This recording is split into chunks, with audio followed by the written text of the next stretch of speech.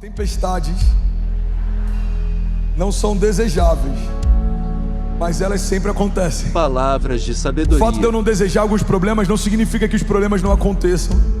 O fato da gente não desejar enfrentar alguns gigantes não significa que os gigantes não se apresentem. E é por isso que uma mensagem como essa é tão importante. Talvez você não esteja enfrentando uma tempestade hoje, mas em algum momento elas vão vir. E tem gente que está repreendendo, falando: está repreendido, pastor, Deus me livre. Mas a verdade é que toda jornada de fé que é marcada por crescimento e aceleração é marcada por desafios também. Existe um ditado antigo que diz que um mar calmo não faz um bom marinheiro. E a verdade é que se Deus prometeu para você novas etapas, novos níveis, novos sonhos, Deus vai permitir que você passe por novas tempestades, novos gigantes, novos desafios. Eu já falei sobre isso aqui em algum momento. Eu quero lembrar para alguém, pode ser novo para alguém: você só é promovido na área em que você foi testado.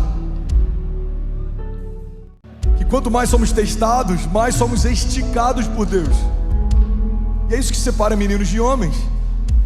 A capacidade de resiliência que você tem em meio a crises e cenários adversos, ela está proporcionalmente, diretamente ligada à quantidade de sonhos de Deus que você vai ver com seus olhos se realizarem. Alguém está comigo? Diga amém. Você pode escolher um dos dois lados. Você pode ser alguém que vive pelo livramento, ou você pode ser alguém que vive em busca de novos níveis em Deus. José governou em meio ao caos, mas existia fome naquela época. Jesus está à direita do Pai, governando de geração em geração, mas ele experimentou a morte por 3 dias. Davi governou, estabeleceu um governo, e a Bíblia diz que nunca houve e nunca haverá um reinado sobre Israel como foi o de Davi. Mas ele enfrentou perseguições, ele enfrentou desertos, pegou alguns homens que eram considerados loucos e fez deles um exército de homens valentes. Irmão, as tempestades separam não só meninos de homens, elas purificam a nossa fé, elas revelam a nossa fé. Você sabia que nem toda tempestade altera o nosso caráter, mas todas elas revelam o nosso caráter? Nem toda tempestade necessariamente vai aumentar a nossa porção de fé, mas todas elas revelam a superficialidade ou a profundidade da nossa fé. É em meio a tempestades que homens improváveis se tornam grandes homens de Deus. É em meio a tempestades que grandes homens que a gente conhece se apequenam. Agora minha pergunta é: quantas pessoas você nem sabia que existiam e você passou a celebrar depois que viu como se portaram em meio a crises? Homens valentes descobertos em meio ao nada. Eu acredito que a maior parte dos heróis da fé, aqueles que Deus chamou, aqueles que Jesus escolheu, eram improváveis aos olhos dos homens, justamente porque Deus queria revelar o que Ele é capaz de fazer com um homem completamente rendido a Ele. Seria fácil pegar um mestre da lei, alguém que carregava todo o conhecimento da palavra, e transformar ele em um apóstolo. Mas seria impossível imaginar que um homem que fedia peixes e só entendia de pescaria e redes se tornaria o apóstolo de uma nova igreja, numa nova aliança. Mas é assim que Deus faz.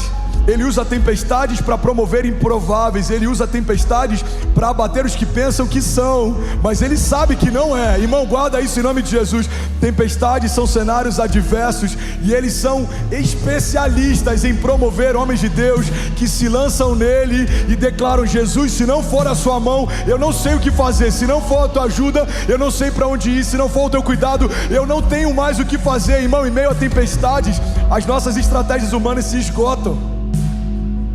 Você está comigo ainda? Diga amém. A verdade, irmão, é que muita gente acha que Deus promove tempestades para conhecer a nossa medida de fé. A verdade é que Deus já conhece. Deus promove ou permite tempestades para que a gente conheça a nossa porção de fé. Deus permitiu tempestades para que os discípulos percebessem quão Frágil ainda era a expectativa e a confiança deles no Deus que pode todas as coisas. Irmão, quem dormia naquele barco, no meio daquela tempestade, você lembra dessa passagem, quando os discípulos estão desesperados e Jesus está dormindo? Quem dormia naquele barco não era um homem especial, não era alguém que podia resolver coisas difíceis. Quem dormia naquele barco era o próprio Verbo vivo, encarnado, era o Deus do impossível. Então os discípulos olham para a tempestade, e o fato de ter o Deus do impossível no barco não livrou eles do fato de terem medo das ondas. Olha para mim, irmão, a gente precisa escolher o que vai definir a nossa história: se é a força do que vem ao nosso redor, ou se é a força daquilo que habita em nós. A Bíblia diz que maior é o que está em nós do que tudo que se levanta ao nosso redor. Os discípulos tinham recebido uma palavra clara de Jesus: vamos até o outro lado. A gente pega várias chaves nessa passagem. Você está comigo ainda? Diga amém. Alguém está recebendo algo de Deus nessa noite?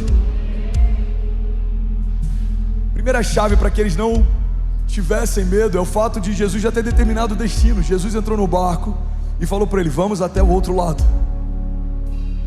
Não tem dúvida se a gente vai chegar, se vai dar certo, se vai acontecer. Se Jesus disse até onde a gente vai, o nosso destino já foi traçado, irmão. Jesus disse vamos até lá, então a gente vai até lá. Jesus disse vai acontecer, então vai acontecer. Jesus disse vai se abrir, então a porta vai abrir. A verdade é que muitas vezes nós desconfiamos de promessas, porque nós confiamos em cenários. Se o cenário diz que não, a promessa está em jogo. Mas todo milagre que a gente conhece nasceu de um problema.